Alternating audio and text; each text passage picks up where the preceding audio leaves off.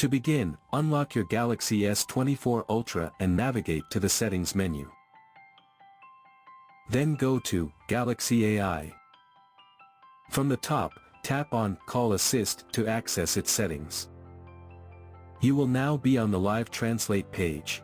To activate this feature, simply toggle the slider to the On position. Next, you will see the default languages for both you and the other person. To change them, tap the drop-down menu and select your preferred language from the list. Then tap OK. To use Live Translate, tap Download from the pop-up menu.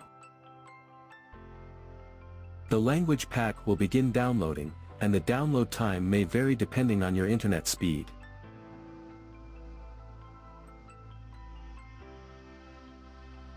Once the download is complete, you will see additional options that you can customize according to your preferences.